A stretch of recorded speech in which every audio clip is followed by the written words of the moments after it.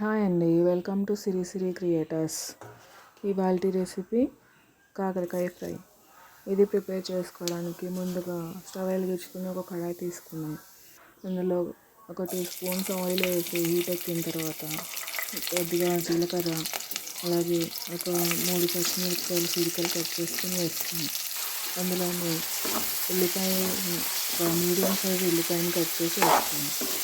ఈ ఉల్లిపాయలని వేయించుకోవాలి. ఈ ఉల్లిపాయలు వేగేటప్పుడు ఒక వేస్తే త్వరగా మగ్గిపోతుందండి. ఈ ఉల్లిపాయలు గోల్డెన్ బ్రౌన్ కలర్ వచ్చిన తర్వాత మనము ముందుగా కట్ చేసి పెట్టుకున్న కాకరకాయ ముక్కలు కట్ చేసి పక్కన పెట్టేసుకోవాలండి. ఫస్ట్ కాకరకాయ ముక్కల్ని గింజలు తీసేసి ఇలా చిన్న ముక్కలుగా కట్ చేసి కొద్దిగా ఉప్పు వేసి పక్కన పెట్టేసుకోండి. ఈ ఉల్లిపాయ వేగేలోపు ఇవి ఉప్పు కొంచెం వాటర్ వచ్చేస్తుంది. ఈ కాకరకాయ వీడియోలో చూపిస్తున్నట్లుగా పిండేస్తే చేదు అనేది పోతుంది. ఈ కాకరకాయ ముక్కల్ని ఈ ఉల్లిపాయలు వేగిన తర్వాత అందులో వేసేసి ఒకసారి కలుపుకోండి. ఇందులోనే కొంచెం పసుపు వేసుకోండి. పసుపు వేసి కలుపుకోండి.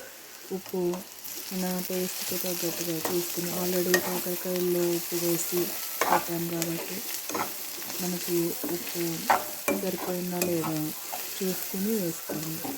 ముందే వేసుకుంటే ఒకవేళ ఎక్కువ ఇలా వేసి కలుపుకున్న తర్వాత మూత పెట్టి సిమ్లో పెట్టేసి మగ్గించుకోండి.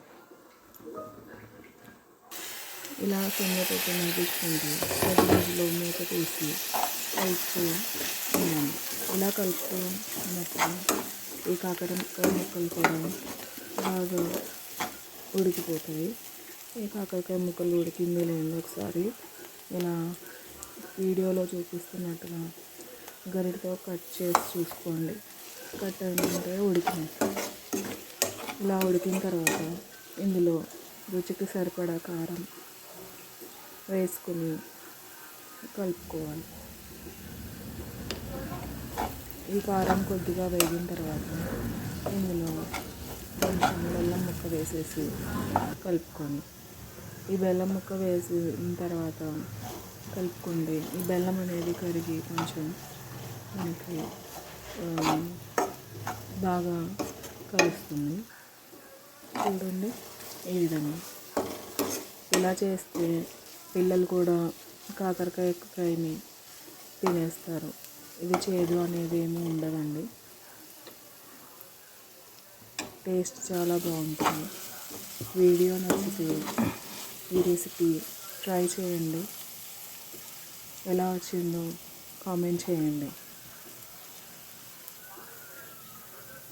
ఇంతేనండి, సర్వ్ చేసేసుకోవడమే. Thank you.